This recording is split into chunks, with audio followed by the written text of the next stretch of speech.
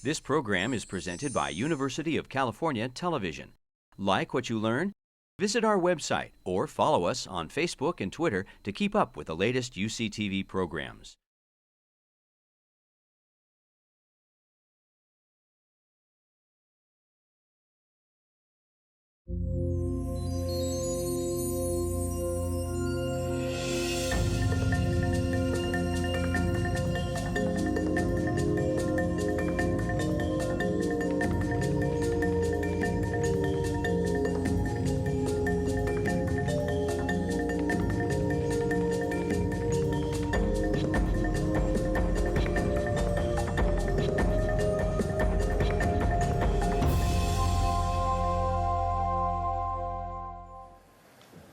All right, great. Thank you very much, and thank you for having us here today. I do have to say, Seth and I were talking. This presentation, maybe it's a little different than the ones we've had the rest of the conversation. I started as a chemical engineer, actually, in undergrad, but I seem to now spend most of my time on policy. So it's been a great opportunity to come back and engage on technology and innovation and what's happening in the marketplace.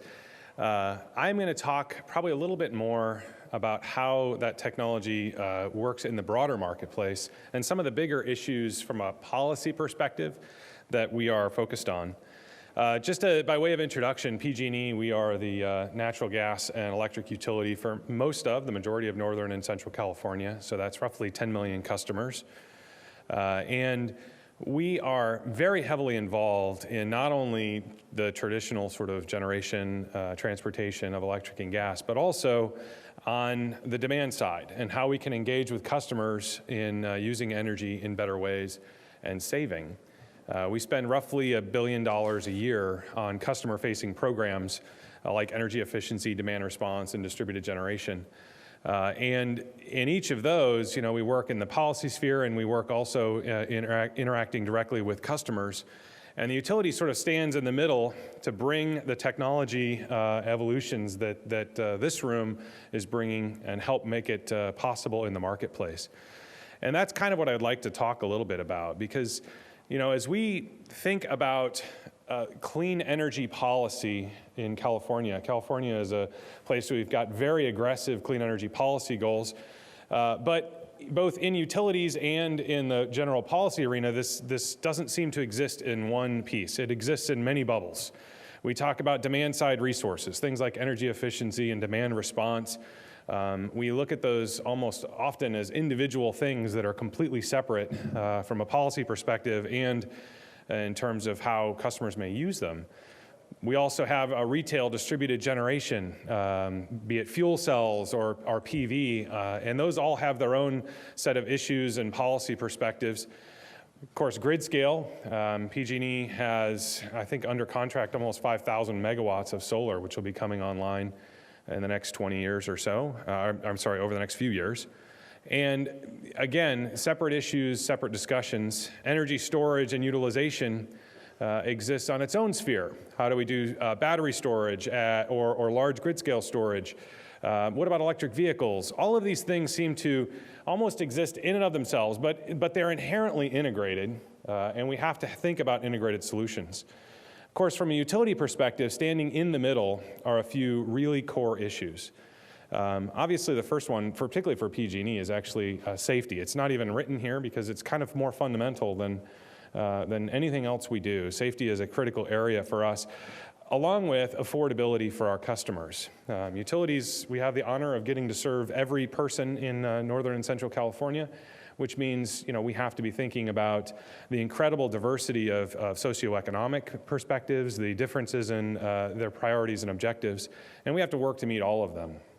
Our climate goals, how do we achieve our climate goals in the most effective way, bringing the best technology to the table, and integration and grid reliability. At the end of the day, the grid is, I believe, one of the greatest inventions we've had in our, and because it delivers such incredible reliability at low cost to our customers, they've come to expect that reliability and we need to continue to deliver it.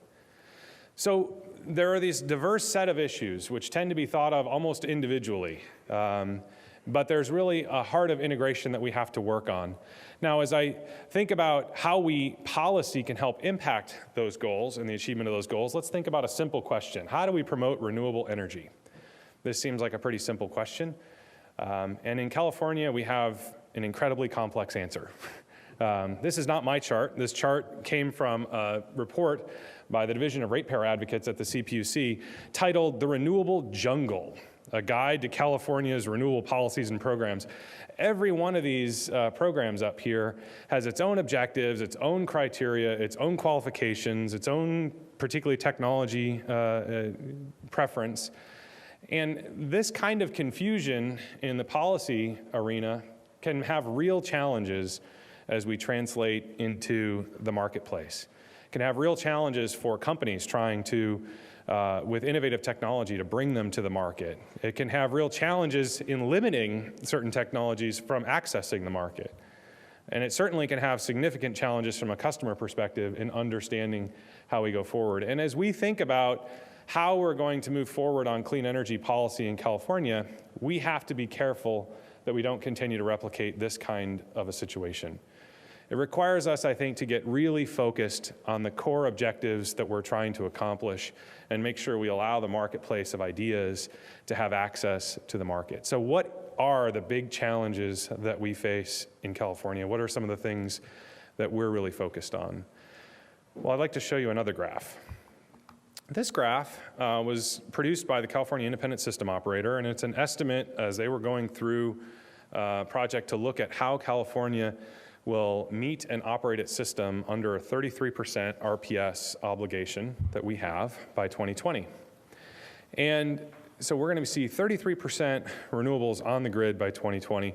And this graph, which has been called the duck chart, and I now see why it's called the duck chart, looks at the net load on the system on a typical March day between 2013 and 2020. Net load here being the load on the system minus the renewable resources, which are on a kind of more of a must-take generation profile. So what are we going to see? As you see on this graph, 2013 and 2014, California typically has sort of that late afternoon peak that we have tended to see. But as solar generation comes onto the system in a significant way, the shape of the graph changes significantly, and it doesn't take long. Even 2015, you start to see a very significant difference. And now the middle of the day actually starts to look like more of a trough in our system. So think about how we impact customers who have long believed that using electricity in the middle of the day is worse than using it at night. But now we have a trough in the middle of the day.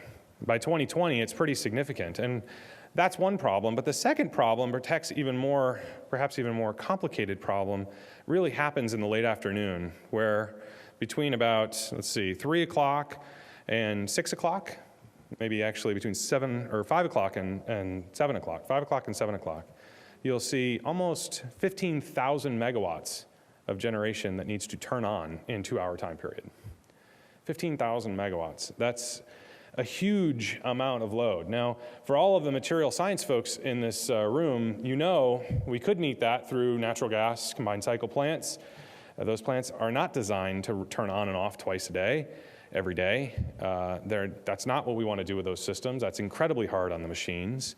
But without other answers, that's going to be one of the key ways that we have to go about doing it. So what is the big U challenge from the utility's perspective? How do we operate the grid affordably, in a clean way, reliably, when that situation and that future comes to pass?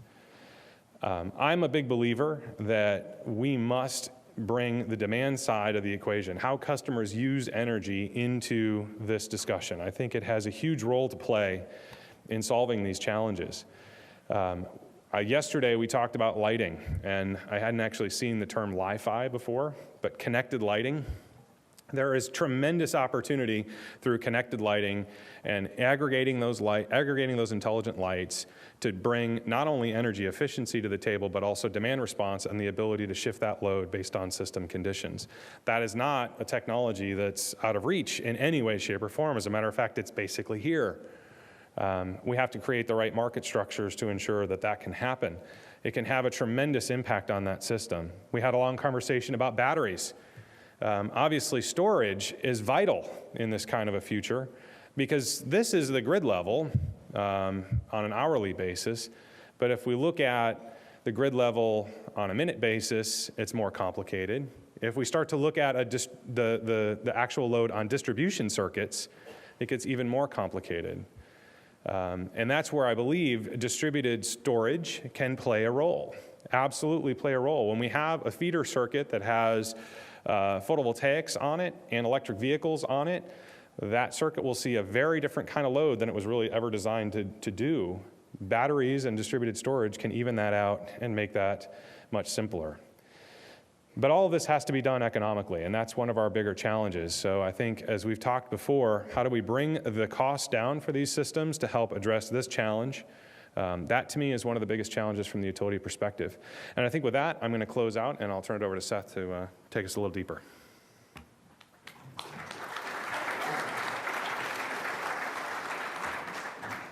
Well, good morning, everybody. We've been spending the last couple of days talking a lot about technology, Li-Fi, battery storage, distributed generation, all these great things. So I want to talk a little bit about what this means from the customer's perspective, those who are actually going to buy these types of technologies, and how we start to engage these customers much better to achieve all the things that we all dream of and hope to do every single day. So let's step back and look at what this looks like from the customer's perspective. Used to be, you had a house, you had a wire, that wire went to a generation station. The whole world is changing, right? How people get their energy is changing. We've had a lot of conversation about renewables and microgrids and all these things that are happening in the future. Very different world, very different thing for a customer who has solar, has wind, is going to be part of a community microgrid. We also look at customers' perspective and how they're using energy is changing. Used to be you had a toaster, you had a TV, and you worried a lot about what that refrigerator would do to your house, to your energy usage. I don't know how many of you had the opportunity to step outside and see that smoking hot Tesla that's in the back. That's about to become your most expensive appliance if you're a customer. And that really will change how you think about and use energy on any given day. The other thing that's changing is the way that the network works. We used to have meters out there that provided information, and one of my colleagues in the room used to refer to that as a speeding ticket. You'd use energy, a month later you'd get your bill and go, whoa, if only someone hadn't told me that I was speeding, I wouldn't have gotten this ticket. Well, now we have smart meters in place and we have energy information which we think helps not the utility manage energy, but helps customers manage energy. So how they're managing their usage is changing. They're not just doing it through the utility, but they're doing it through other players that are in the industry, through connected homes, through smart thermostats like Nest. I don't know how many of you have seen the announcement from Time Warner Cable about their intelligent home, which connects entertainment, the house, and home security together. So all of this is starting to change and become more and more part of the real lifestyle versus some passive purchase that most customers don't care about. And so what this is doing is taking the role that we all play in this room, the role of us at the utility, and making it a very different market. One where customers thought about it maybe for 9 minutes a year to something that we have to engage in on a regular basis, which means customers are now looking for energy solutions, not for energy efficiency or for one-off types of programs or technologies. They're looking at how they enhance their lifestyle and how this fits into their lifestyle, and the easier we make it, the better we are at doing it. So how do we do that? And this is not just about the utility. This is about the larger ecosystem that is forming all around companies like a utility, or more importantly, the customer. So what do we have to have in order to be able to provide energy solutions to help customers take advantage of all these great things that people like you are inventing? Well, we need to have products and solutions. We have to have things that meet the needs of the customers who are buying the new cars, engaging in the distributed generation, wanting to connect their home and get the most out of that home energy system. I mean, if you think about when you buy a car, like the Tesla, what do you start to think about? Not how can I, use this car and what's my range? You start thinking about how does my home become the cheapest gas station on the block, right? Very different type of mindset. So you got to have the products, the services, the rates, the different things that enable that. We also need to have the service model in place, not only at the utility, but we have to have this now connected to all the players in the marketplace. The manufacturers, the companies that sell the products, the companies that service the programs as well. We all need to be connected, because to the customer, it's going to really stop them dead in their tracks if they can't make this simple and easy to use. And then finally, we need to have intelligent delivery. We need not to go out and talk mass to all the customers about everything. We need to figure out what the customer's issues are, how we go forward and meet those issues on a very customized and personalized basis using all the channels that are out there. So what I want to do now is to take a minute and talk about each one of these topics. So first, in terms of products and services, Steve mentioned that the utilities have very large portfolios in energy efficiency and demand response. We're very successful at implementing these. We've gotten customers involved. Now we have new things like smart grid, smart meters that are out there. So we need to start building on top of these types of programs, these types of services. So what you see here is an example of kind of our first generation of expanded products. So I mentioned the speeding ticket. Customers didn't have any energy information. Now they have, we have something called Budget Assistant, where you can set your budget. You get a text when you're approaching that budget or getting close to it, and then you can start to modulate and change the way that you're doing or using your energy over time. We also have tools that are available to help customers analyze rates. So when you're buying a new car, electric vehicle, what's the right rate, what's the right thing to be on, and then if you're a business, what's the right action that I should take? So all of this is designed to start taking information that was never available to customers and helping them first to start caring, and then to be able to take action that means something to customers. So we expect to be really expanding out the network of programs and services that we have so that customers can take advantage of new technology and take advantage of new offerings in the marketplace that really help enable their lifestyle.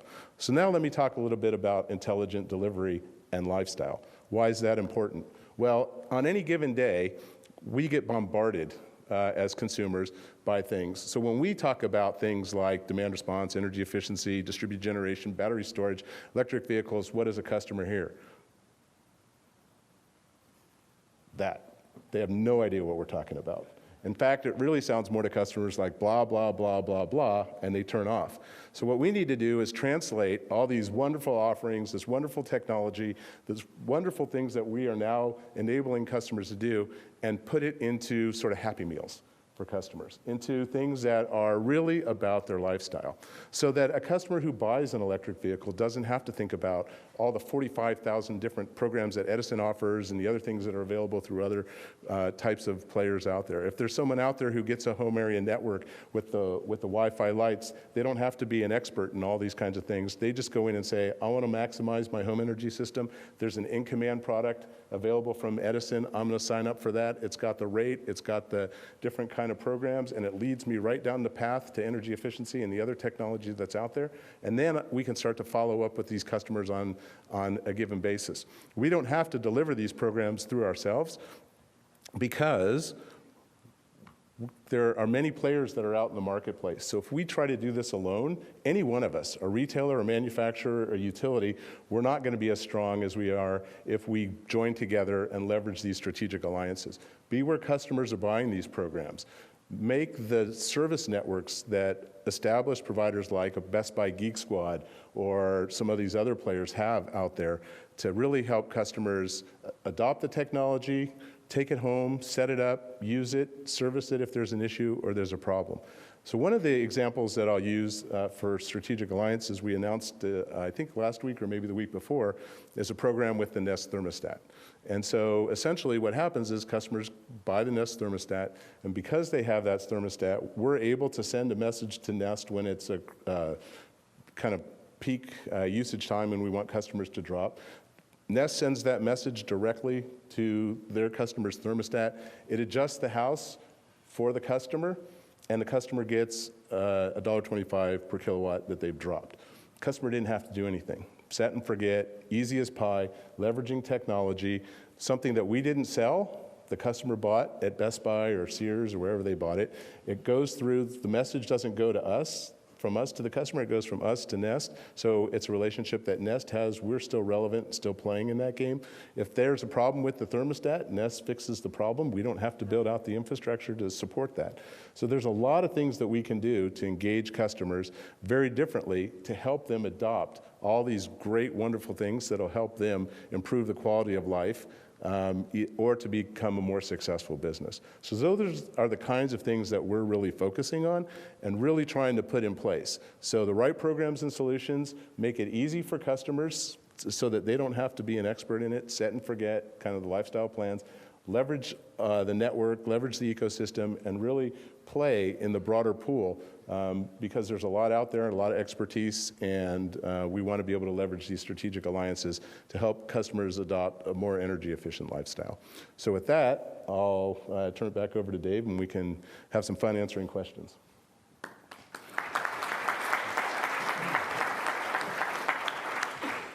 Thank you, Steph and Steve, for your opening remarks. I have a question that I'd like to ask both of you, which keys on some of the things you said in that, and just to repeat, clearly this is a changing world, an environment that is totally new in terms of the introduction of renewables, the need for grid-level storage, the possible widespread deployment of electric vehicles plugging into the grid. Enormous number of changes and also to a certain extent the fragmentation of what we think of as the grid in terms of independent now sources of electricity by independent operators. And so my question is, compared to what we used to have, traditionally, if you go back a few decades, basically the utilities had pretty much control over a lot of what they do. They were always, of course, regulated in California by the Public Utilities Commission. How do we manage this circumstance going forward where, clearly if we were a European country, Germany or France, there's a concept of a national grid and decisions are made at a very high level and implemented, like it or not.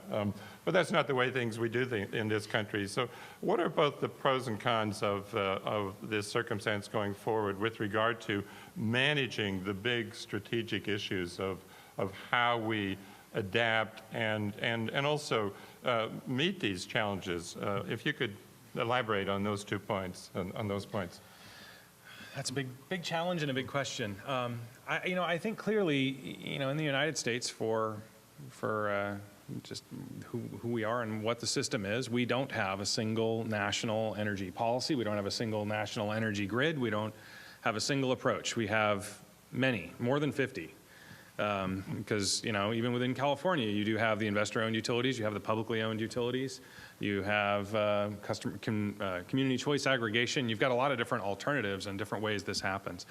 For me, I think the thing that we need to do is clearly keep our focus on what our objectives are and really measure our progress against those goals. So the good news of having a lot of different approaches is that we get to test a lot of different things. The retail markets in Texas, for example, are completely different than the situation in California. You go to the southeast and you will see models that look much more like traditional utilities, fully bundled structures. We can observe which ones work and which ones don't, and we can learn from that and pass that throughout the rest of the country. So there are some advantages there. But I think we do need to maintain focus on what we're trying to accomplish. And as I said, for us, really keeping a focus on affordability around clean energy and how we meet our carbon goals and maintaining grid reliability is really critical. So those give us some very measurable things that we can see. How do different policies work? How do different technologies work? And how can they be emulated? The caution that I always tell people is that the electric marketplace does tend to move at a slower pace than many other industries for which technology has significantly changed. It is just kind of the fact. We could all wish that it was different, but we're making very long-term capital investments. There is a very low risk tolerance for failure and for reliability impacts, and it can cost a lot of money, which has a very significant impact societally. So it will move slower, but we need to be very observant about what's working in different parts of the country. So the only thing I would add is that, there's not a utility in the country that's not thinking about, what the future role is of the utility in this changing marketplace. And I think what at least we're doing, and I know that you guys at PG&E are doing, is figuring out where we think the market's going and then carving out how we stay relevant within that. And the way that we think we can stay relevant is a lot of what I was talking about around this notion of being the energy solution provider. There's, a term that's been kind of coined around the notion of being a smart integrator. And that's something that we've sort of looked at when, how do you integrate all these things for the customer?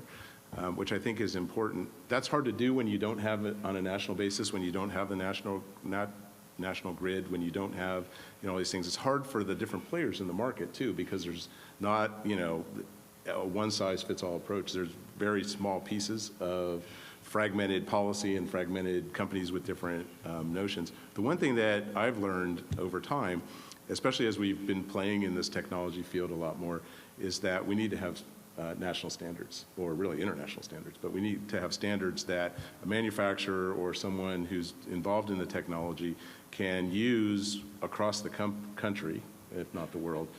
And then that helps to sort of get around some of the issues with, I think, the not having a national grid.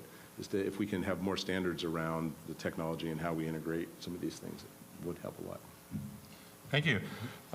Queuing on the previous discussion about electrochemical storage, I'm sure you both heard the suggestion that assuming we have widespread deployment of electric vehicles, in some sense we can think of this as a form of grid-level storage, whereby cars are being driven around during the day with presumably a full or partially full charge in their batteries, and then charging up at night when the overall load on the grid is low. To what extent do you see this as a realistic means of grid-level storage?